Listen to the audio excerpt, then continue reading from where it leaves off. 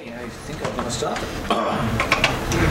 Hello, yeah, my name is Axel Beckert. I'm a Debian developer. I work at ETH Zurich as a system administrator.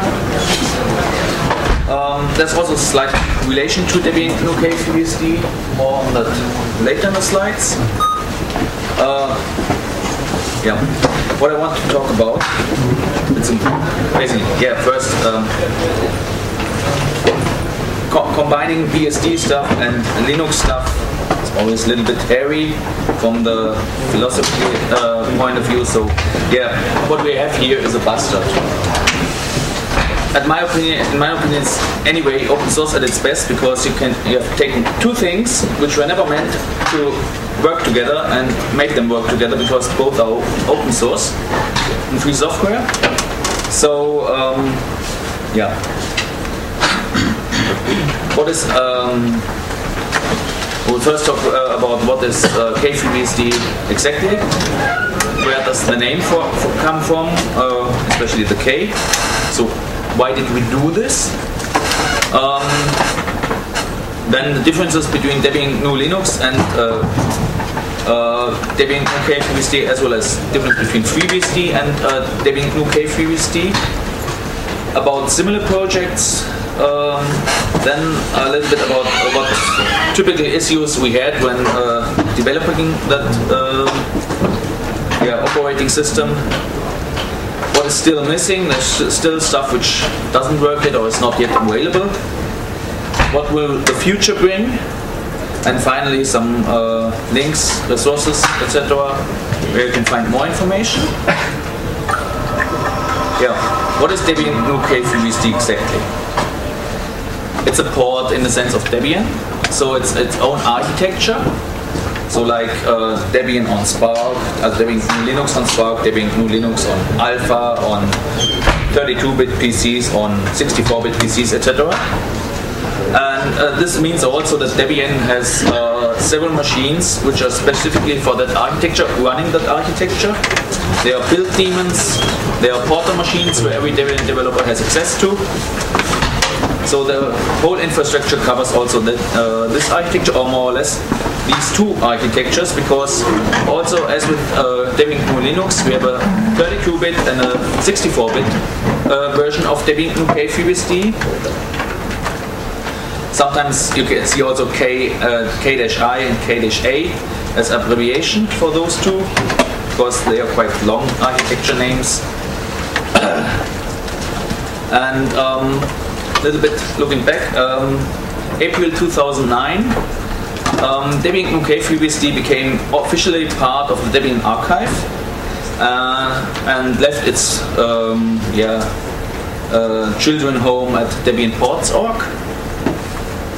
So, and it has been released this night, just a few hours ago, together with Debian 6.0 Squeeze.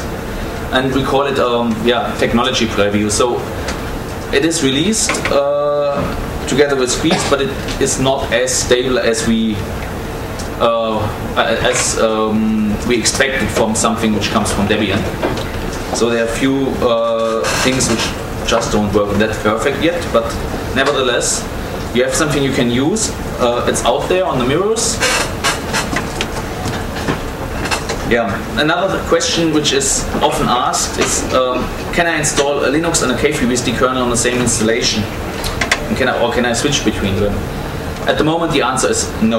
But in the future there may be, with multi-arch support, a possibility to be able to use something like that, but not at the moment.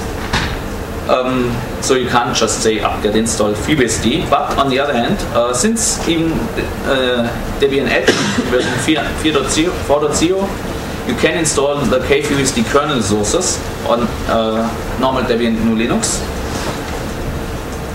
if you want to. So yeah, that's what it is exactly. Just a strange name is still open. So Debian, you know, stands for the Debian Free Software Guidelines, for dpackage, for apt and family, for the Debian installer, and for the well-known work solid stable releases. You have GNU, which stands for the glibc, or the embedded glibc, which is used in Debian. It stands for the userland mostly, so GNU core utils, ls, rm, mv, and many more from the GNU project. And it stands for the rock-solid FreeBSD kernel, hence the K in the front, because it's just the kernel from FreeBSD plus some kernel or file system related command line tools. The whole thing started back in 2005 with the 5.x kernel series from FreeBSD, and currently available are 7.3 only in unstable, and Squeeze has been released with FreeBSD kernel 8.1, and same one is also in the Debian install at the moment. So, and as with Linux kernels, newer versions of the FreeBSD kernel will come into Debian unstable, or at some time maybe also only experimental, but nevertheless they will flow in as they do with Linux kernels. So yeah, the K is mostly for it's the kernel of FreeBSD. Why? One thing, just because we can. Someone wanted to do it, someone took some time and made it work initially. You can see it as combining the advantages of the Debian system, like having stable releases, having the depackage system, having the finger feel of a Debian system, but with some advantages of FreeBSD, having, for example, ZFS, etc. There's a whole wiki page in Debian Wiki about that question, because there are so many different answers for it. One thing you sometimes see is better performance. Phoronix did some, well, already back a while, some performance tests, and it depends on the usage. So some things are more performant with the FreeBSD kernel at that time, and some things were more performant with the Linux kernel. Some things were also more performant with both 64-bit kernels and not with the 32-bit kernels. Anyway, this test was made without the 8.x kernel, which has super pages, which has said to have a little bit impact on the positive impact on the performance of the FreeBSD kernel. So probably should do a new performance test and see what's the current case. And one thing which I didn't notice for quite a while, but other porters noticed, since there was quite some publicity around Debian GNU kFreeBSD, people tried using it, found bugs, fixed them. Many were based on wrong assumptions, how libc works together with kernel, etc. And when those bugs in kFreeBSD were fixed, they suddenly were also fixed for Debian GNU herd, because they often had the same problems. Later on that details. Why not the BSD libc? Well, we tried to. Back in I think 2002 or so, someone tried to combine the FreeBSD libc, FreeBSD kernel together with the GNU userland, and it didn't work out. They also tried it with NetBSD as well, and it just didn't work out. The project died, I think, at end of 2002 or so. And they had the libc from the BSD, from BSDs. So there was no K in the name. It was called Debian GNU FreeBSD or Debian GNU NetBSD. But obviously, the version with the GNU libc was more successful. Comparing it with FreeBSD, you have some say cleaner standard interfaces, less often changing. You have the open sound system. You have not that many contributors, but a more stable community contributing. You have, in general, said to have more stability with FreeBSD, and of course you have a lot of stuff you just don't get with Linux. At the moment, it's the packet filter, the PF firewall. ZFS support, natively supported in the kernel. So if you want a server with ZFS, maybe that's something for you. It's even supported since half a year or so for the root file system. There's support in grub2 for ZFS and in the Debian installer. Then there are jails, dtrace for performance measurements, and you also have NDIS drivers, which can include, I think, Windows binary drivers. You have them in the mainline kernel. On the other hand, many packages have less features or are just not available because they're using Linux-only stuff. Mostly ALSA or wireless stuff or the iNotify kernel interface, like for getting fluid tail output or something.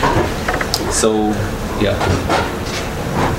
On the other hand, comparing with FreeBSD, you have dpackage, you have apt and the whole family. You have all software coming pre-compiled, all 29,000, well, it's a few less with Debian kFreeBSD, but let's say about 26,000 packages pre-compiled. Just need to download them, install them, and they are on your machine.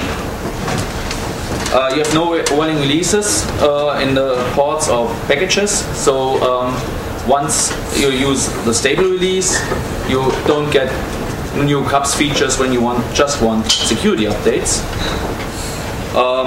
You have approximately the same amount of ports and packages in FreeBSD as well in Debian, so no big difference there.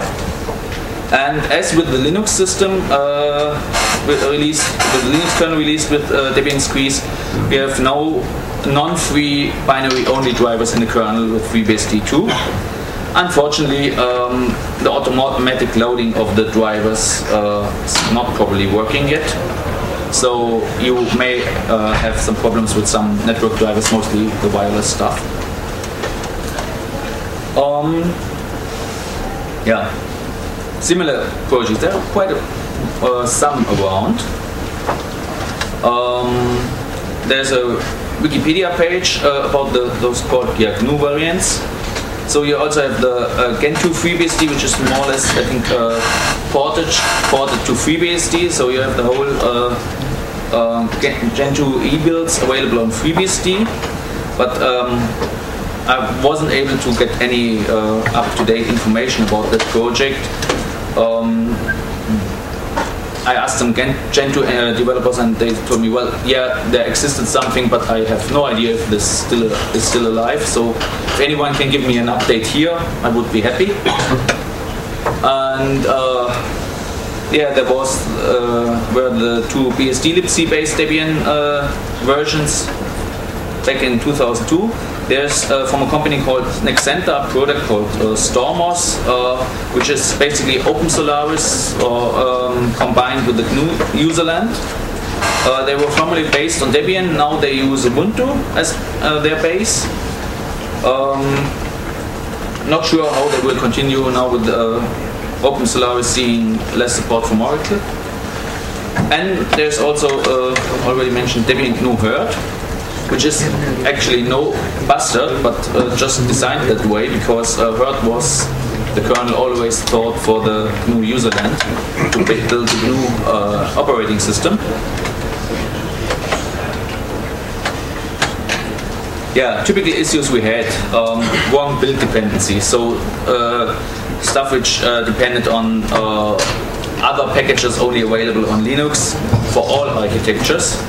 So we often had to just add this dependency is only valid on the Linux-based architectures.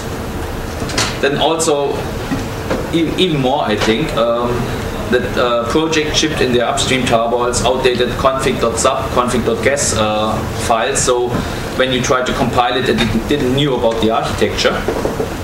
That was usually easy to fix by copying up-to-date copies into the package. Then something which bite us quite recently, the last few months, some kFreeBSD only race conditions. For example, we had to kick out GDM, not GDM3, but the 2 version, the version number 2, because it lost its keyboard more or less due to a race condition on startup. So if you restarted it once, it worked, but not on the initial startup of the system. The same bug was in KDM, but there it got fixed, and GDM3 never had that bug. So we have only GDM3 and KDM on kFreeBSD at the moment. And that will probably not change anymore, because the known people want to focus on GDM3 and not on the old version 2. Then, of course, we had to bootstrap that port initially. That was maybe a little bit easier because we already had FreeBSD, so we could bootstrap the Debian part on a FreeBSD installation. And even the the first installer we shipped until maybe a year or 1.5 ago was a FreeBSD installer. And if you haven't followed exactly the instructions in the wiki, in which step to choose which point, it resulted in a whacked system, because at one single point in a standard installation there was a hook patched in which started basically the bootstrap and put the system on, and if you didn't go to that path, you had half FreeBSD system, half Debian system, and you could start from the beginning. And of course, we had porter machines. We needed porter machines to get. One of the criteria to be included in the release is to have at least one Debian developer accessible porter machine, and also build daemons with that architecture. And all porter machines usually run Debian stable, but for Debian GNU kFreeBSD there was no Debian stable yet. So in the very beginning we had Debian unstable on the porter machines, which also had sometimes problems because, as the name says, it's unstable sometimes. And at some point, I think a year ago or so, we moved to Debian Testing at that point. So way less updates, way less breaking the porter machines. And soon we will run Debian stable on the porter machines too for these architectures. And so, what's missing? Okay. Those porter machines are currently standing at our university at the ETH Zurich. I'm one of the maintainer running the admins of running the porter machines, and so we're responsible for getting build dependencies installed if someone wants to test some of these packages on that architectures, etc. That's basically the connection of my workplace with the Debian GNU kFreeBSD. There's still a lot of stuff missing. Fuse, that's a little bit annoying. So there are no Fuse userland utilities at the moment. There's a project called Fuse for BSD, but no one has packaged that yet. IPv6 support is hairy because you have to use the FreeBSD, the original FreeBSD command line utilities, which are not in the path, because the wrappers which have been written around it to give the FreeBSD command line utilities the same command line interface as the Linux ones have to make if up-down work. They don't have IPv6 support yet. It's quite ugly yet at the moment. Then what's also missing is Bluetooth support. Then there is an iNotify KQ compatibility layer, so that tools which use the in FreeBSD, tools which use the iNotify interface of the Linux kernel can be compiled on FreeBSD and use the FreeBSD's KQ, but that compatibility layer is not yet in Debian GNU kFreeBSD, so no iNotify there yet. And then some less important FreeBSD specific tools like the mouse daemon are not available yet. The mouse daemon is responsible for showing mouse on the text console like GPM does on Linux, but a real graphical mouse cursor, like you know from X, like this one. Tools which have been included in last year, which weren't in there before, include width control to change settings of the text console, for example. Then, as I told before, automatic loading of non-TV firmware doesn't work yet. And in general, about a little bit less than 40% of all packages available in Debian are not available in Debian GNU kFreeBSD, and that number is quite stable since, let's say, a year or so. No, not a year, half a year.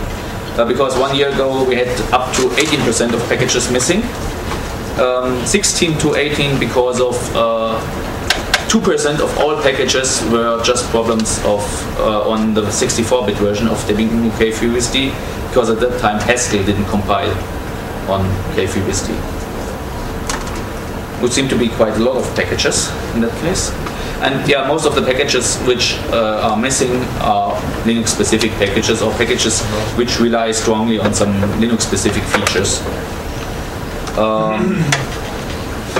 There's on build.debian.org you can get some statistics about which architecture has how many percent of the packages.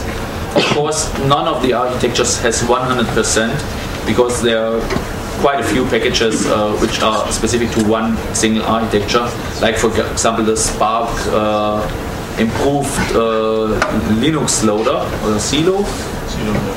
It's Spark only, and you won't have that on any other architecture. And of course there are also some kFreeBSD only packages, like the kFreeBSD kernels. Okay, so that was one in between. The future. There's something coming up. Another kFreeBSD based port is in the mix. Robert Milan is working on kFreeBSD on MIPS.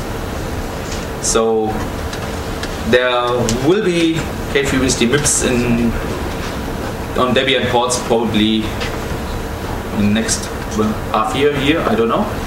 He announced it on the mailing list a month ago or so that he's working on that.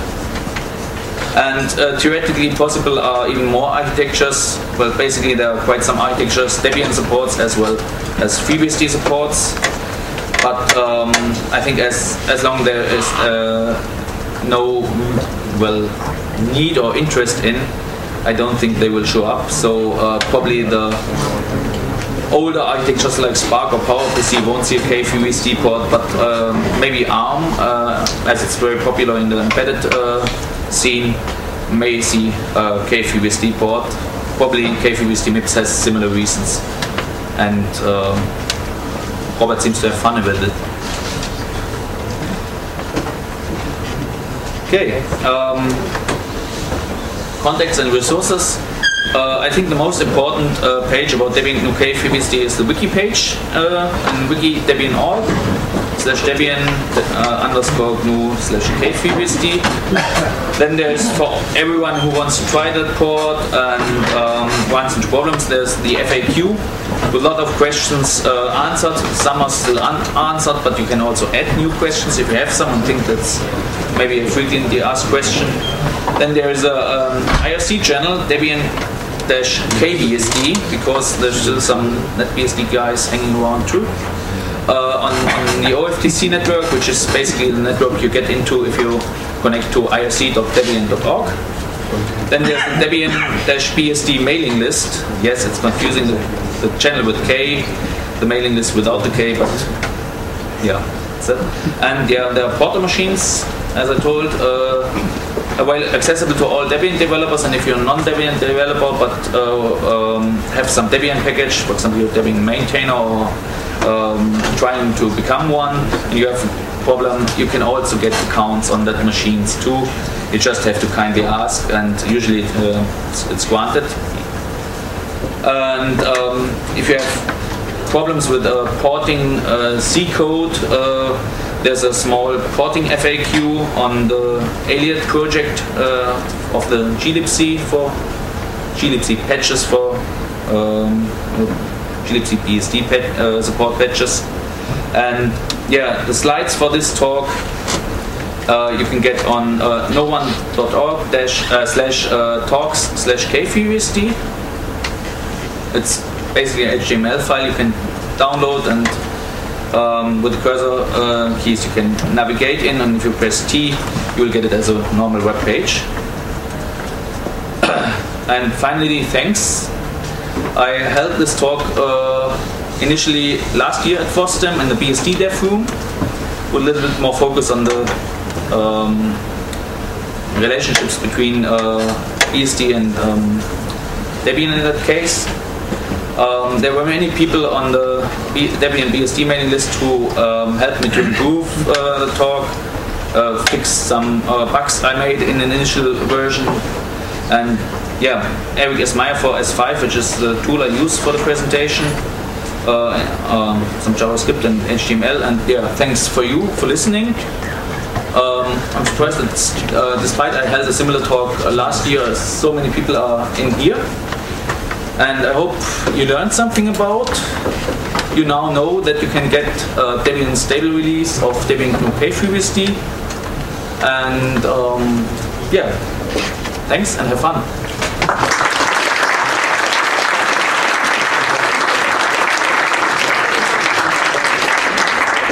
We have still a lot of time, so if you have questions. Yeah. You said something about not being able to install FreeBSD and Linux on the same machine. Presumably this is not being able to install with the same file system, or is it also a problem if you want to the packages are built for a different yeah. What I mean is, would it be possible to have two separate file systems?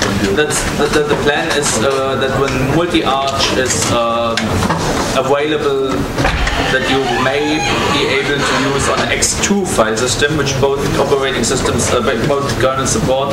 You can have an installation with different libraries and binary packages split up. What I meant is currently possible to dual boot with separate file systems. Separate files. A dual boot, yes. Well, you can install Debian GNU kFreeBSD as you can install several Linux installations. Both are booted by grub usually. That's possible, just not with the same file system at the moment. But you can share file systems, for example, homes between such installations. But you should use X2 for it, because I think there's no stable wide support in FreeBSD for X3 or X4. Not sure about XFS in FreeBSD, which probably would also be an option. Yes? You said that the supporting machines are available for Debian developers. Yes. How about upstream developers? If there's a, well, I think they you can get an account if the problem is really also present in the Debian package of your software, or if you expect that it will be available, for example, if you develop a new release and you think there are issues with the kFreeBSD port, I think the best way for upstream developers is first to contact the Debian maintainer of the package and together have a look at it. But you can, basically everyone who wants to help on that port should be able to help. So if there's need for, I don't think we will deny a request. It's just not that we want to give out shell accounts to anyone who just asks. It would be a good idea. Free shell servers for new architecture. Yeah. Yeah, it requires resources that we may need to have. Yeah, it's also it's good if you at least know where the people where you can reach those people.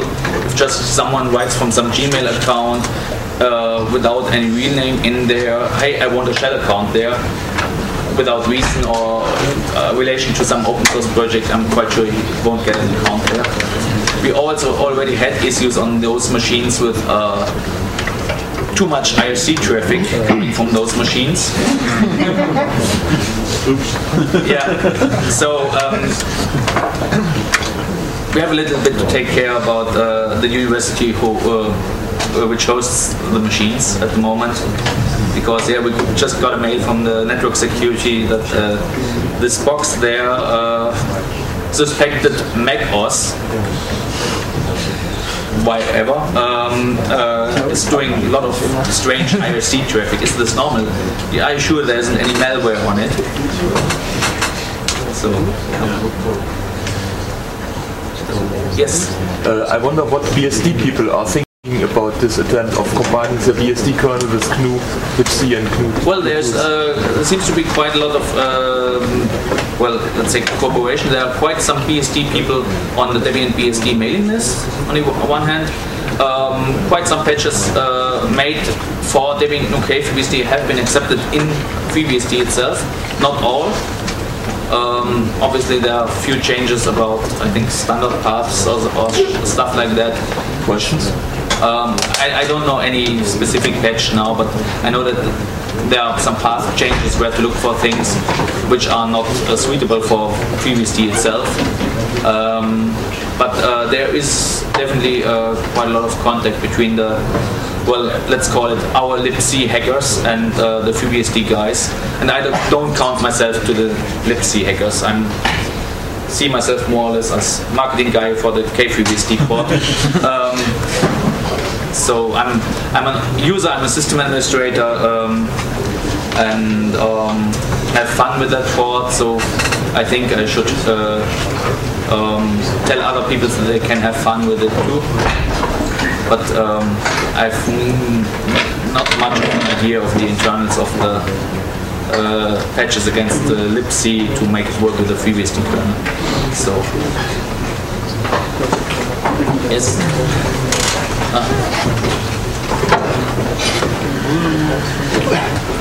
There. Do you expect this to become an official Debian port in the future, for example, for the next stable release? Well, it is more or less an official port of since last night. Since last night. But the stability is not as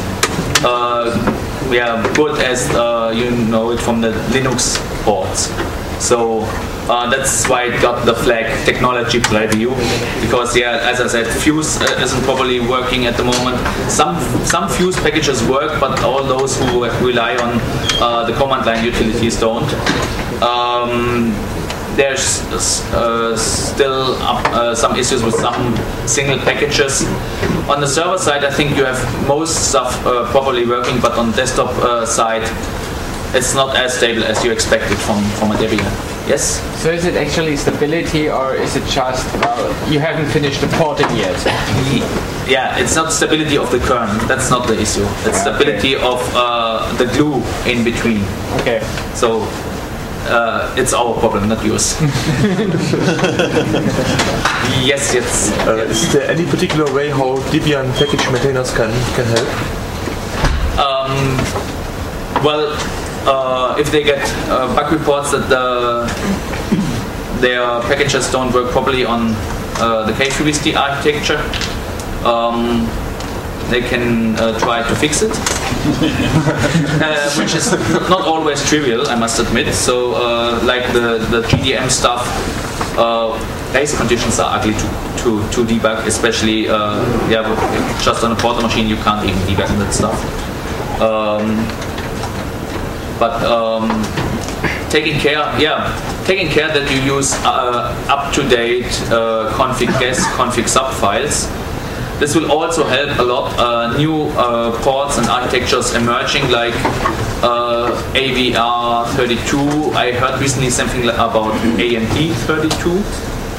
So taking the AMD 64 instruction set, but with the 32 pointers, because they kicked out some legacy stuff, which makes life harder on the Intel platform, and so there are a lot of Spark 64 port is coming. So Debian GNU Linux on Spark will probably be replaced by Debian GNU Linux on Spark 64-bit only. So the kernel has already dropped support for the 32-bit architectures, but userland is still 32-bit on Debian GNU Spark, GNU Linux for Spark. So all new architectures will benefit from up-to-date config.ges and config.zap files. I think that's one of the things which is easy to do and probably helps to avoid fails to build from source on exotic architectures. That was first. Okay, I have two questions. First of all, is there support for MD devices? Under FreeBSD. MD devices. I don't know, I must admit. I think there's something similar in FreeBSD itself, like software rate, but no, MD from FreeBSD. There's okay. Memory drives. Okay, I was with MD from. Okay, I don't know either. Sorry. Okay, and another question. The second question. What's the size of the patch to the kernel? What do you guess is the size of the difference? The size of Because what I've read from the mailing list, there are two problems like namespace collisions with glibcs that have to rename functions and stuff. Okay. No, I don't know either. I must say no. Sorry. You probably can look on glibc-bsd-debian.org. There's definitively also the versioning control repository where all the stuff should be in. So the more patches you have, sure, the more effort is on each other. Sure. But as I said, I'm not the libc hacker at that point, more the user and bug reporter.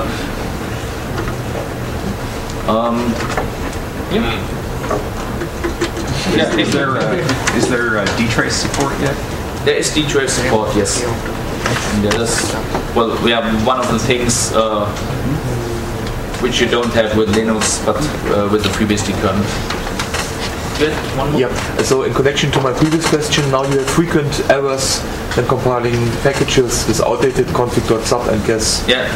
Do you have any automated way of analyzing build logs, or do you all look at it by hand, one by one? How do you do that? I think it would be helpful to have automatic support for this. I know that well, there's automatic testing then and when. Lukas Nussbaum does a lot of that, but I'm not sure if he does it also for the FreeBSD, kFreeBSD architecture, but he has the infrastructure for it. I'm not aware of any automatically parsing the logs and suggesting that you may update the config ges or sub, but usually the build maintainers have to sign the build logs and look through the build logs anyway, and at least succeeded ones. Yeah, and the failed ones, they quite often just file a bug report with full log, and if they see it's something like that, they probably write it in the bug report as a note. Yes? Just as an answer, most package maintainers which have problems with outdated config ges or config sub, they just copy during the build process the most up-to-date on Bootstrap staff. Just copy it into it. They are supposed to, but so you get the most up-to-date automatically on all architectures, not just kFreeBSD. So it doesn't show up specifically on this architecture. I wonder if there's a deb helper for that. I think there is. I think there is at least snippets in. But because that would be the thing I would expect to be the way to give that to all packages which need it. Okay, but thanks. Any more questions? Otherwise, I would like to thank you again for the questions now too, for coming to the talk. And we have one kFreeBSD books at the booth, but I should remove GDM and install GDM 3.